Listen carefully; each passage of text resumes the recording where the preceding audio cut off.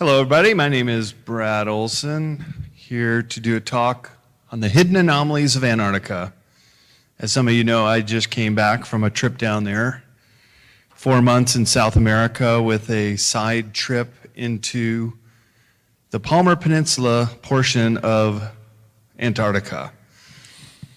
And I guess if I were to write a subtitle for this talk, it's a somewhat famous quote by Donald Rumsfeld. He said, "There are things we know now that we once didn't know.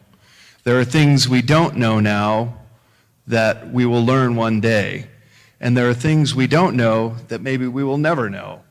Kind of sounds like gobbledygook, but at the same time, it's appropriate for Antarctica, because Antarctica is a very mysterious place. It's the least visited part of this planet ever visited, and at the same time, it's the 5th largest continent. It's larger than Europe. It is twice the size of Australia, and it's about the size of the lower 48 states and Canada combined. So I think that should give you an idea how vast the distances are.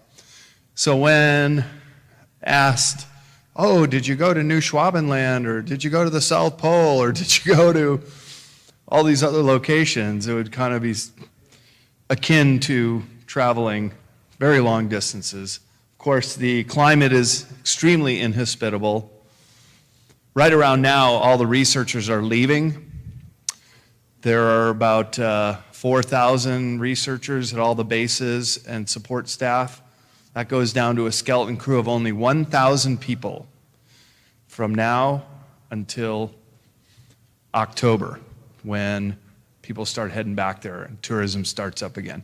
Tourism only goes for about 3 months, and that is the summer solstice down there, which is winter solstice up here. So approximately late October until end of Feb. If anybody are thinking of going, the best way to do it is by cruise ship, and 90% of those leave from a town called Ushuaia in Argentina.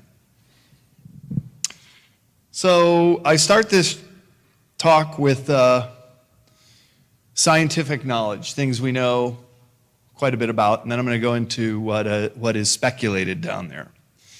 These are some maps that have just come up recently. The first one on the left is the recently completed Reference Elevation Model of Antarctica, or REMA.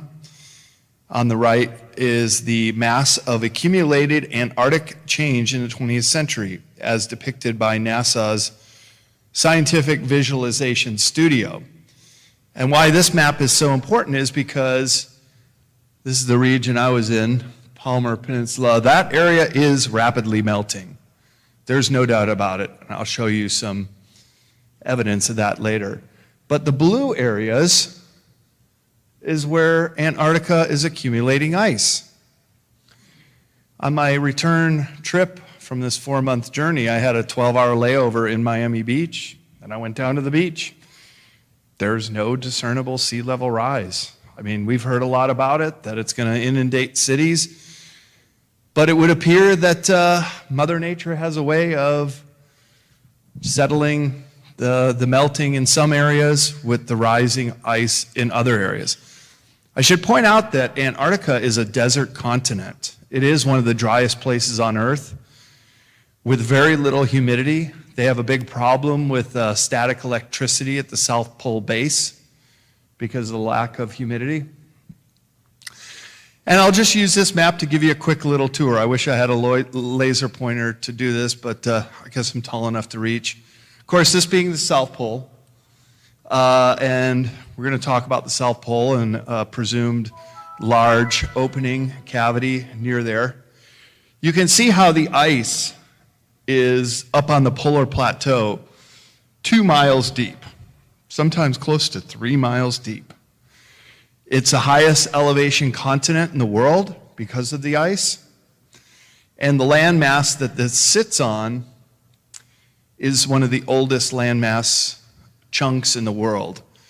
Over 3 billion years old, it broke off from Gondwana land, or Pangaea, and move down here. And I'm going to talk about some of the glacier, or some of the fossils they found among the glacier fields. This is called the Trans-Antarctic Mountain. This is where a lot of the geothermal activity, volcanoes, are taking place. And while we're on this map, I'll just show you the highest point is about right there. It's called Vinson Massif. And if you want to win a bar bet, you could say, well, first, what's the name of the tallest mountain in Antarctica? Vinson Massif. And you could say, is it taller than the tallest mountain in the Alps, which is Mount Blanc? Yes, it is. Mount Blanc is 4810 meters. Vinson Massif is 4892. That's 16,050 feet. So they're big mountains down there. And it also is higher mountains than Australia or a central part of Europe. Almost the entire continent is below the Antarctic Circle, which you can see right about here. That circle all the way around. Just like we have the Arctic Circle. What does that mean? It's where you have 24 hours of daylight on the summer solstice, just like in our Arctic Circle. And all those regions below it have 24 hours of daylight. It's very interesting to know that at the South Pole, where there is a U.S. station called Amundsen Scott, they have one sunrise and one sunset a year. The sun pokes up over the horizon 2 months before solstice. It just spins around and around and around, gets to an apex on the summer solstice, and then starts corkscrewing back down, and then poof, down it goes. And they will not see the sun again for 8 months. You do have 2 months of twilight on either side, but 4 months of total darkness. It's so dark you can't even see the hand in front of your face. And it takes a special kind of person who can withstand that kind of isolation. There are 7 countries that hold territorial claims to Antarctica. This is Argentina's claim. They have it posted up all over the place, and it's also a good place to see where we came from, out of southern Terra del Fuego, sailed across the Drake Passage, and basically explored this area of Antarctica, the Palmer Peninsula. Got within 1 degree of the Antarctica Circle. So, although 7 countries hold territorial claims, none are internationally recognized. But these countries continue to strengthen their claims, and it's also as a result of military operations and testing that the Antarctica Treaty was ratified in 1962 by 60 countries. First it started out with 12, now it's up to 53 countries ratify it. So Antarctica is actually a biosphere. It's the largest naturally preserved land in the world, which belongs to no nations. Now, with the Antarctica Treaty, they say you're not allowed to mine, you're not allowed to fish, just like the Monterey Bay is a protected marine sanctuary. It is protecting the whole continent. And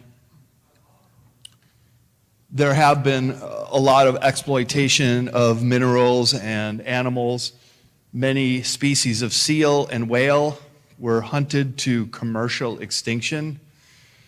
The seal populations have bounced back, but the whales haven't quite gotten back at all. Blue whales, right whales, almost hunted to complete extinction. If not for a few pods that survived, they would have been gone forever. So it's great that they can at least come back in a protected area. So even though you have these territorial claims, now they're starting to find oil and other minerals under the seafloor. So once again, Antarctica could be under threat because they say, well, if it's under the sea floor, that's not really protected by the Antarctica Treaty. I hope that doesn't go through, but you never know. All right. Here is a picture of all the bases. There are about 50 countries that have bases. I'll just show you the 3 American bases. That's Amundsen Scott at the South Pole, McMurdo, or MacTown as it's called, and the Palmer base. And we did get to visit Palmer on this trip to see some of the research that's going on there. I was told that it was a military base. There are no military bases. That is a misconceived notion that military is only allowed to add support. If supplies needed to come in with an icebreaker, or if an emergency evacuation was necessary. But they are not allowed to do military exercises. Now, is it possible that covert operations exist? Yes, it is. But nobody would tell us about it.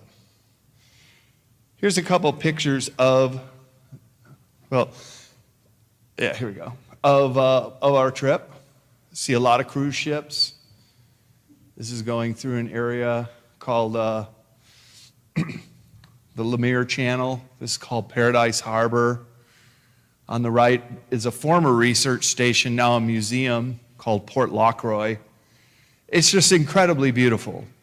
Emily and an American on my boat, I was on a sailboat with 14 people, 3 Americans and 11 Poles, and the boat was from Gdansk, Poland, that we were able to hitch a ride with. Hey, Brooks, any chance you got the laser pointer? I think it might have ended up with you yesterday. Oh, you did? If you got a laser pointer, I could use one. That'd be great. We were up on the boat one day and we were sailing along, and I pointed out how the only colors you see are black, blue, and white. Black of the mountains, white of the glacier and the clouds, blue of the ocean and the sky. And it occurred to me that when you scuba dive really deep, those are the only colors you see, black, blue, and white. And even the animals in Antarctica, such as whales and penguins, are just black and white. So you lose those primary colors. And if there was ever akin to an alien planet on Earth, I would have to say it's Antarctica. We were doing nuclear testing down there. And that's part of the flies to and goes to sea. That's where all points of latitude end at 90 degrees south. You can walk around all 24 time zones in a few minutes at the South Pole. There's also the magnetic South Pole. All compasses point here. You may have heard that the magnetic North Pole is on the move, and it is. It had been fairly stable around the Hudson Bay area. Now it's racing across the Arctic Ocean and heading towards Siberia. Some people think maybe this is a precursor to a pole shift. The other pole is the geomagnetic pole. And if you took a dipole magnet from the center of the Earth, it would point there. And this is close to where the Vostok station is. And I'm going to talk about the under ice lakes, subglacial lakes, including Lake Vostok. And the Russian base is right there near the geomagnetic South Pole. And this is where you get the most amount of southern lights. Like we get the northern lights, aurora borealis. They have aurora australis, which are only viewed by a few dozen people per year. It's one of the least observed phenomenons down there. And then you have the pole of relative inaccessibility.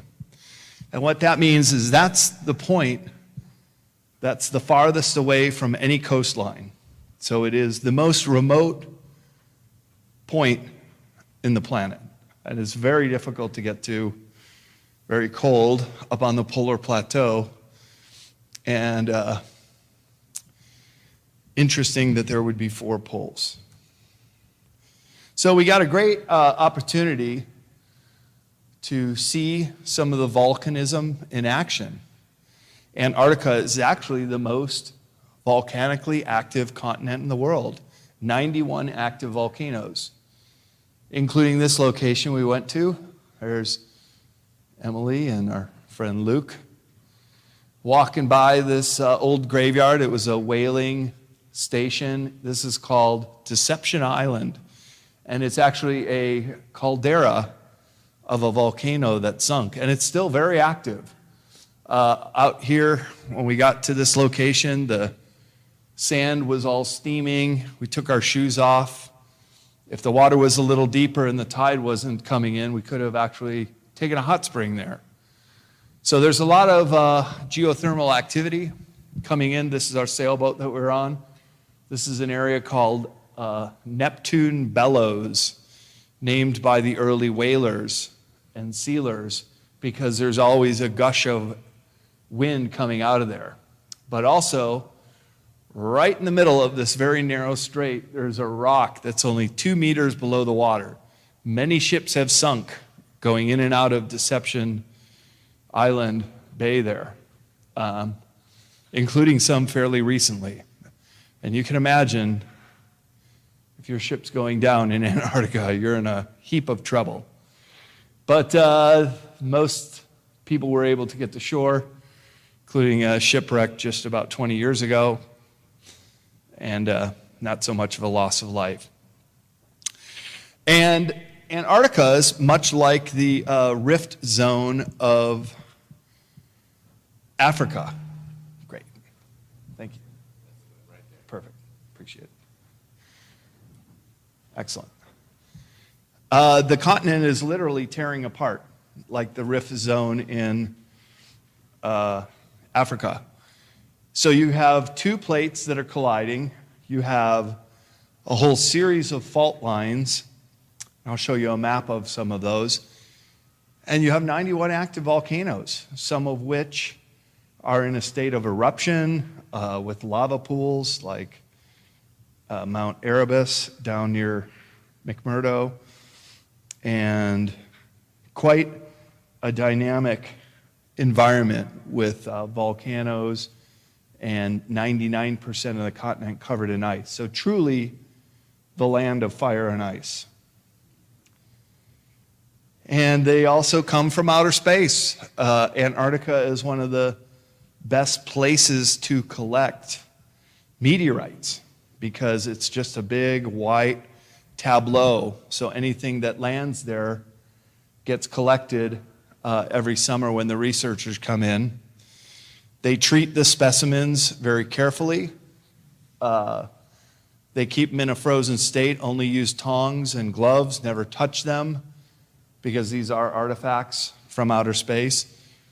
And then they are sent to the Johnson Space Center for further examination. Why is it treated that way? Well, they might contain life. And indeed, some have been found to have primitive forms of bacteria. We've heard of panspermia, the populating of planets with meteorites.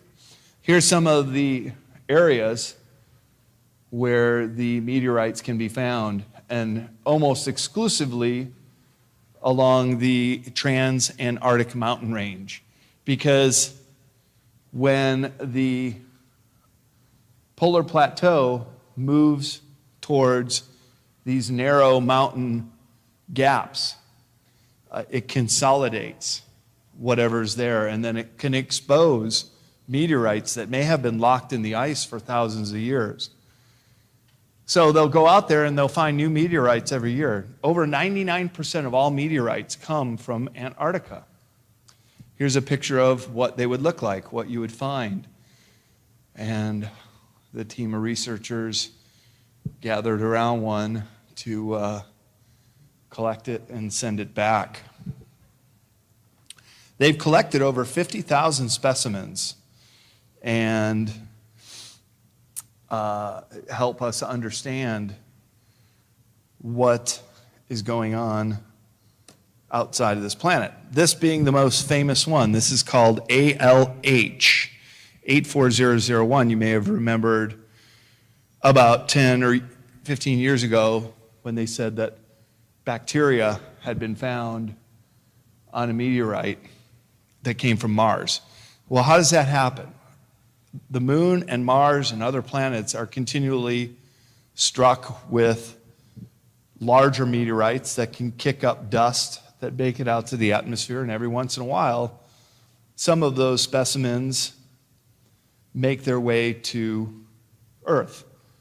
They'd be lost in the ocean, they'd be lost on most continents, but because Antarctica is just this big white tableau, they can be found and then studied. So it's actually very beneficial for the study of meteorites to have Antarctica as a collection point.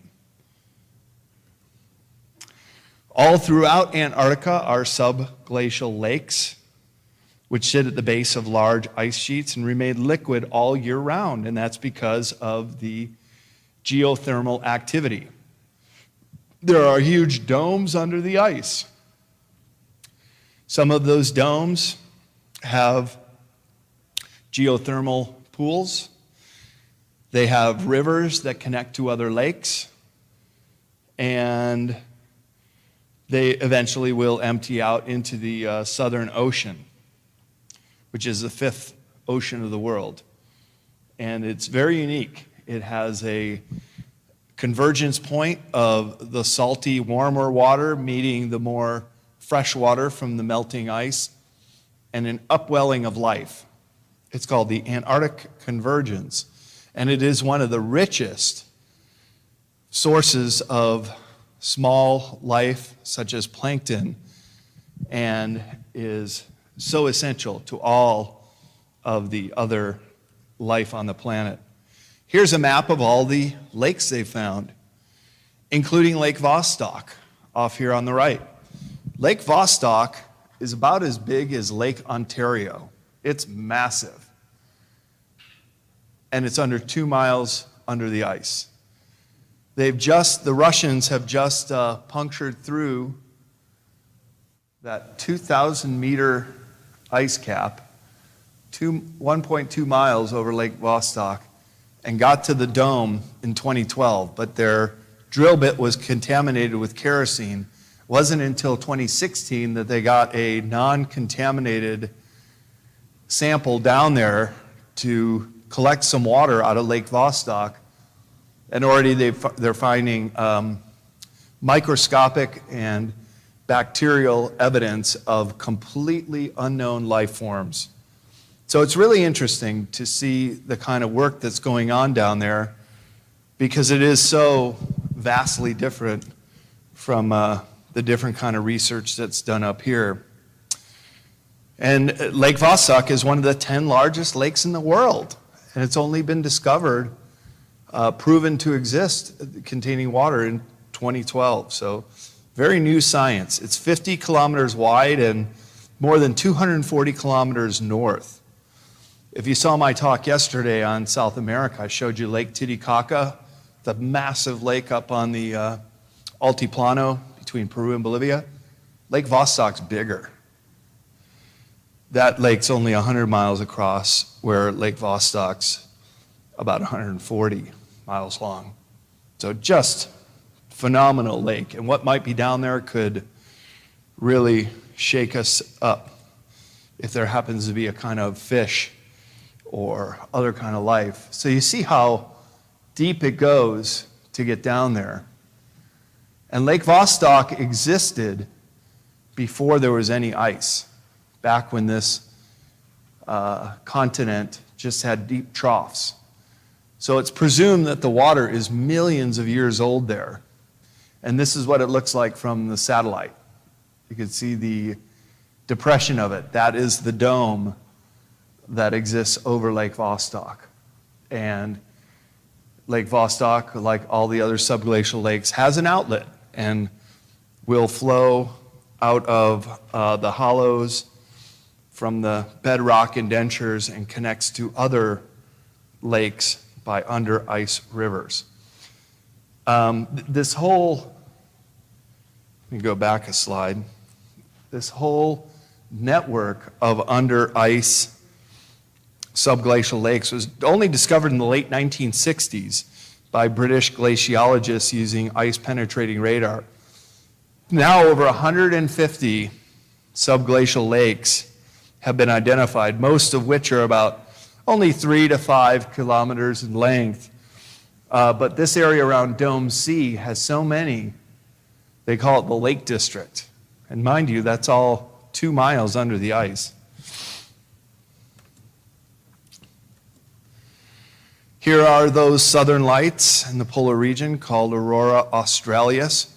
The reason it's called australis is because long before the continent was even discovered, only in 1820 by sealers, first modern humans to set sight on it. Now I'm going to show you some maps a little later that pretty much show that we've known about this for a long time. But it was called Australis because that was the presumed name of the southern continent. Eventually, Australia got that name. Antarctica got its name because of Arctos. It's a constellation that you can see in the northern regions. And that's why the Arctic was named after Arctos. Antarctica means the opposite of Arctos. So when it was finally discovered, they gave it the name the opposite of the Arctic. That's why the names are somewhat similar. And as I mentioned, a good place to see the southern lights, if you're not in outer space, is from the Russian Vostok station at the geomagnetic pole. And there you get quite a show because it's right overhead. But so few people have ever seen it. Scientists do travel specifically to Antarctica to study these auroras. And by the way, the name aurora comes from the Roman goddess of dawn. Millions of miles away, the sun produces electrically charged particles that are blown outwards across the solar system in a continuous solar wind. And when this solar wind passes through the Earth, this is how the lights are formed. The charged particles are attracted by the magnetic poles and then appear as light reflecting in the sky. I've seen them. I've only seen the northern lights once, and it was actually in Wyoming near Yellowstone. And they move ever so subtly, no sound whatsoever, but boy, do they light up the sky. It's quite an amazing thing to witness. Another view of the lights.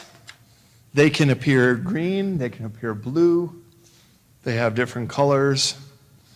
The northern and southern lights occur almost simultaneously, but because it's 24 hours of daylight in one of the poles, you can't see them in the day, so they're only visible at night. The aurora australis holds a particular mystique because so few people have ever been lucky enough to even observe them, because the majority of people visit Antarctica in the astral summer when daylight hides aurora activity. It's only visible in Antarctica from April to October in the darkest months, starting now. So that sun has just set on the South Pole. They will not see the sun again for 8 months. So there are 60 scientific stations run by 23 different nations. We had the great opportunity of visiting 6 of them, all by different countries. Although there are no permanent human residents in Antarctica, you have about 1,000 winter population at some of these bases. Some of the bases close down, they're only seasonal, and others stay open all year round. This is the Palmer base, the American Palmer Station. Now see here, U.S. National Science Foundation. Because we were 3 Americans, this is the station chief named Robert Farrell. I was persistent enough to keep saying, hey, we're going to be down there. We want to visit your station. They only allow 10 boats in a year, and rarely ever cruise ships get to go there. They're doing a lot of scientific work here, studying the climate, studying the animals. This is the Palmer base. All the buildings are separate, so in case there was a fire, it wouldn't take out the whole base. It would take some time to get people down there to help them. This is another base called Brown, and I'll tell you some really interesting information I got from one of the researchers there. This is Paradise Harbor, it's called. There's our boat. And at every one of the bases, you have these signs. There's some pingies down there. At first, it was such excitement to see our first penguins, just a couple of them at the Polish Arctowski base, because our crew was 11 Poles. They had set it up that we went there on King George Island. It was our first destination. We brought them some fresh fruit and vegetables, and they let us have a shower and let us join them for dinner and then breakfast the next day. We were so happy to see our first penguins, but when we got to some of the colonies, there are just thousands of them, and you can smell them before you can see them. And they're quite animated and loud and really fun to watch. And these cosmic rays have been detected at the South Pole. Some of the work that's going on down there is they have this ice cube technology buried under the ice. And we're going to go back to the South Pole here, but I'll just show you this example of what's happening. That being the South Pole, they're detecting down into the Earth and finding that there are cosmic waves coming out of the Earth at a 30-degree angle. This has only been discovered in the last year. They're also finding these neutrinos, which can travel through the Earth faster than the speed of light, also emanating out in the South Pole. So they're finding this really amazing new technology that's coming out of there, but according to my colleague Michael Sala, it's interesting that there may be a large cavity there, maybe a sub-Arctic dome under the South Pole, which may accumulate or attract some of these neutrinos or cosmic waves. It's not really known why, but it's just been detected lately, and it's caused quite a stir. I threw this in there because it was funny. Everywhere we went, all the bases said, the first thing if you're a new arrival is you have to watch The Thing. You guys remember The Thing? They discover a huge craft under the ice. There's Kurt Russell, Mac, as he was called in the movie. This was funny. It's called Donning Maudland, No Such Place. And I was looking at all these names. None of them exist. This is all just make-believe. Kempland, No Such Place. But interesting that this was where they were in the movie, and this is where the base was and where they found the UFO.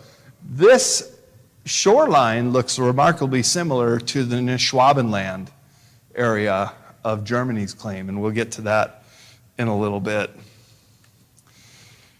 This is one of the most studied fossilized, actually freeze-dried seals in the world. It's over 3,000 years old. And it's at the dry valleys near McMurdo, one of the driest places on Earth. Somehow this seal crawled up there 3,000 years ago, died, and is literally mummified, freeze-dried from the extreme cold conditions.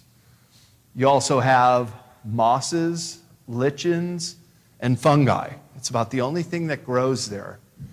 And it only grows in some of those rare places where there is no snow, and they call them oases. And it's usually because of geothermal activity, that there are some hot springs or something that is warming up the soil to the point where no snow accumulates, and then some of these lichens and mosses can grow. Fossilized dendrites. Yeah, we'll talk about some fossils, including dinosaur bones. In fact, we're almost there. But these are the dry valleys near McMurdo. the driest place in the world and where that seal was found. Haven't seen rain for over 2 million years.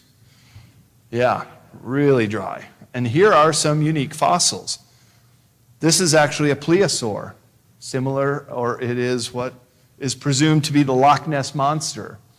Were found in Antarctica. This is the fossilized bone of a juvenile plesiosaur that was presumably killed by a volcanic eruption because it was found in a layer of lava. And not far from the dry valleys, primarily on top of the Beardmore Glacier.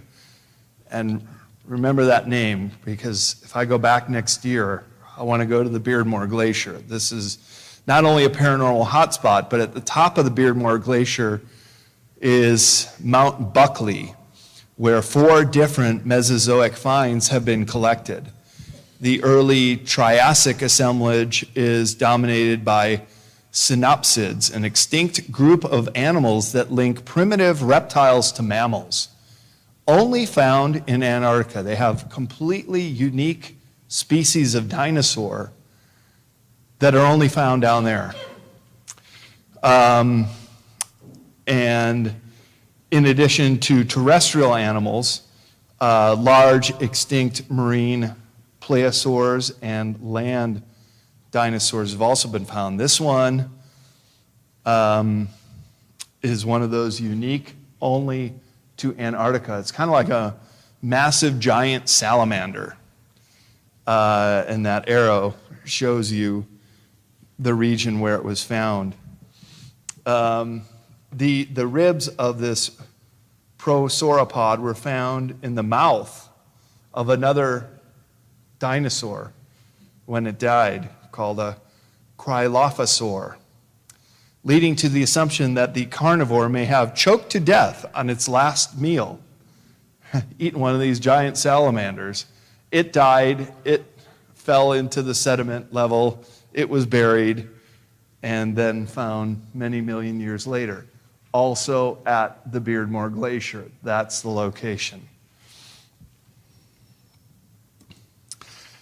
So this is this marine biologist named Manuel Novello, who I met at the Brown Base that I just showed you. He is studying these ice fish. These ice fish are in the mackerel family of fish. They're unique only to Antarctica, and they live in sub-freezing water. Now, mind you, this is us in the summer, and there's still glaciers floating around. And he studies these different varieties of ice fish. They are the only vertebrate fish that do not have hemoglobin in their blood. They don't have red blood, they have white blood. They're kind of translucent to live in these climates. Instead of having red blood like most other fish, their white blood makes them unique, as well as their bones are reduced in weight with less calcium. And the glycoproteins in their bodies contain a sort of antifreeze protein which prevents them from freezing because they live in subarctic waters. It's amazing. The oxygen is carried in their blood plasma, but it has only 10% of the oxygen carrying capacity of fish blood that contain hemoglobin. So they're completely wired differently from regular mackerel fish, in which they're closely related to. Some other images of some of these ice fish, several subspecies of the ice fish down there. And here we are back to Palmer Base. We didn't, but Manuel was going out right when we were leaving, and he collects samples every day. We didn't fish. We should have fished. So here's an example of global warming going on there.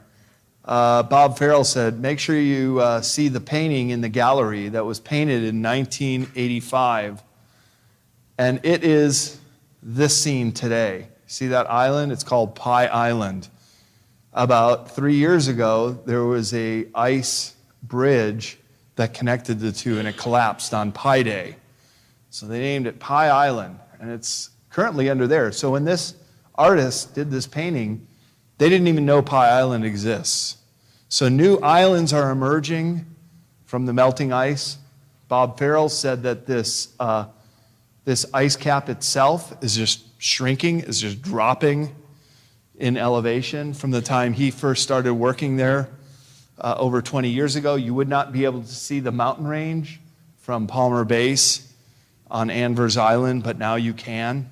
So rapidly melting in this part of Antarctica, but also raising in other parts.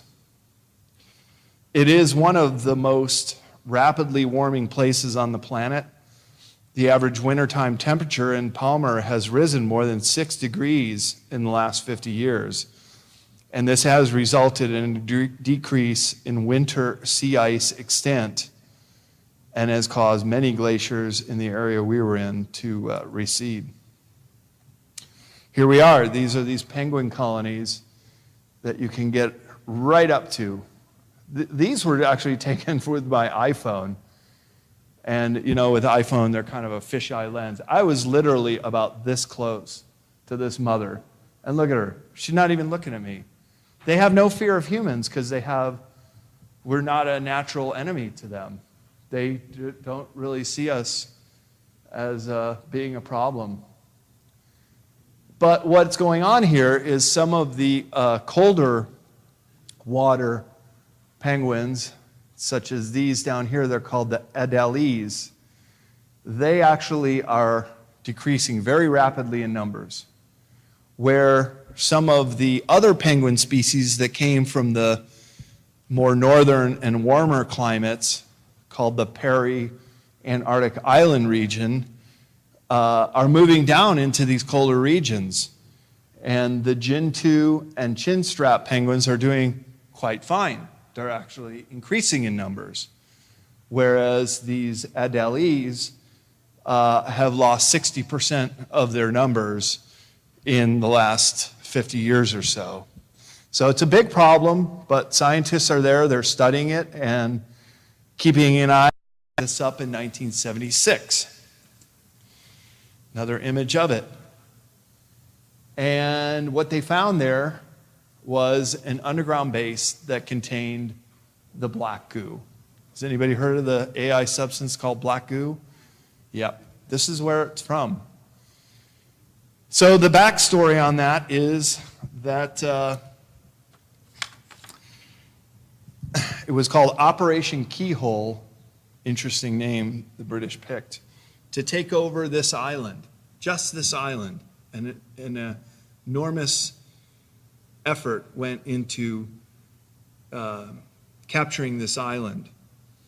2-day battle, although it was just a surrender, and the Argentinians raised a white flag. They couldn't attempt to fight them. But the common narrative pertaining to the black goo is that it is an AI substance that can be used to rapidly clone any form of life.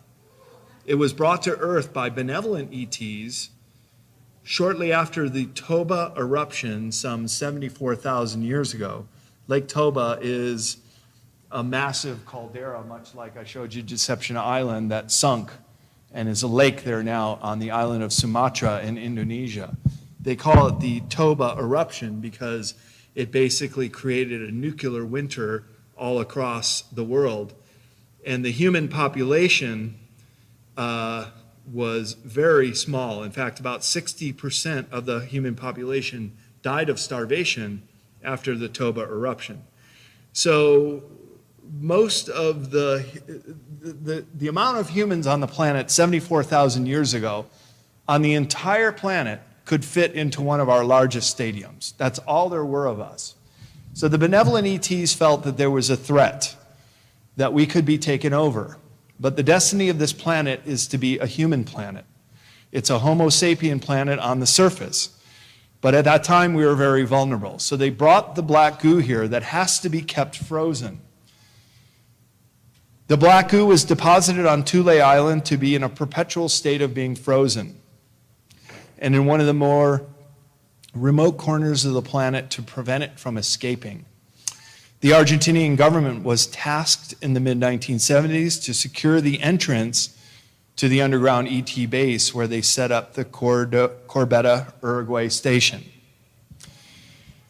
So when I was down there, we got some copies of Nexus magazine, and we were reading it, and I was floored when I read this article in Nexus called "Co-Evolution: An Interplanetary Adventure," in a section on hidden ET bases on Earth.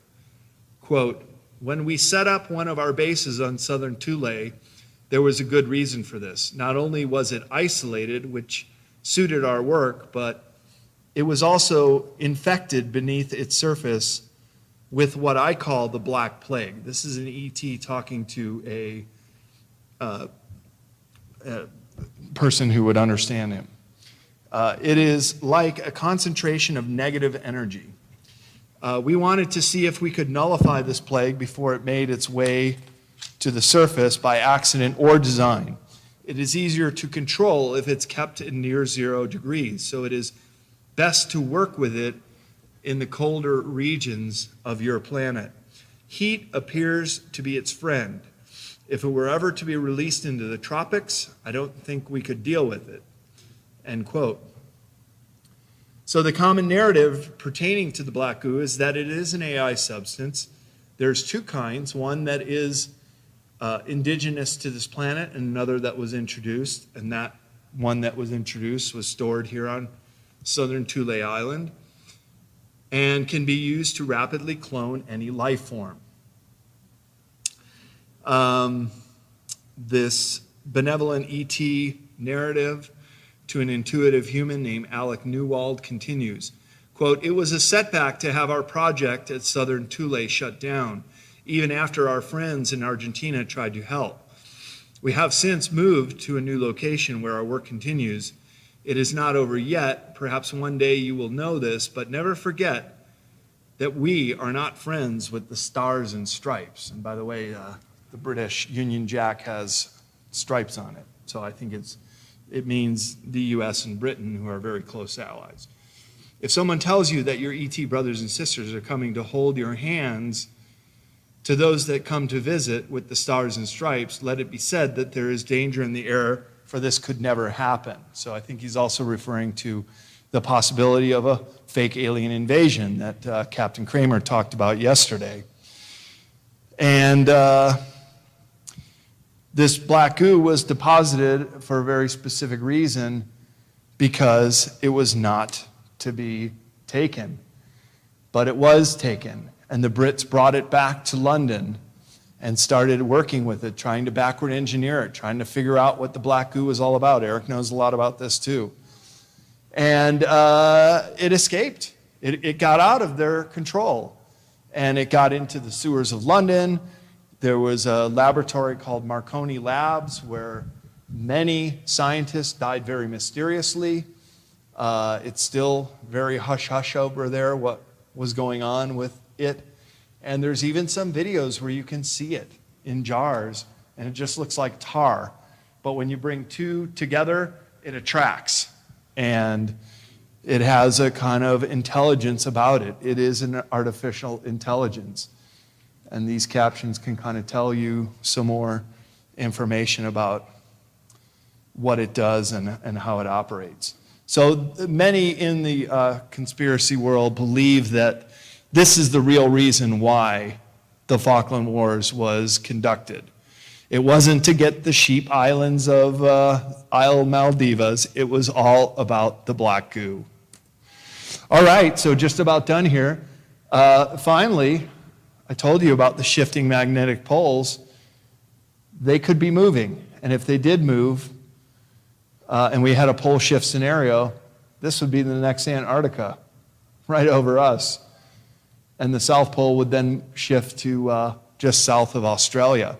That would mean the ice would melt. The evidence for this is in a book by Charles Hapgood. And he had Albert Einstein write the foreword to his book. Both of them believed that an accumulation of ice on the North and South Poles could trigger a crustal displacement. that is a geophysical pole shift. Einstein explained the triggering mechanism as follows. He wrote this forward to the book, quote, "In a polar region, there is continual depositation of ice, which is not symmetrically distributed about the pole. The Earth's rotational acts on these unsymmetrical deposited masses and produces centrifugal momentum that is transmitted to the rigid crust of the Earth. The constant increasing centrifugal momentum produces in this way will, when it has reached a certain point, produce a movement of the Earth's crust over the rest of the Earth's body, and this will displace the polar regions towards the equator." So a pole shift is all going to be about what's going on with these magnetic poles, and if they drift too far from the geographical pole, it could be a 45-degree shift. Of course, everything would change.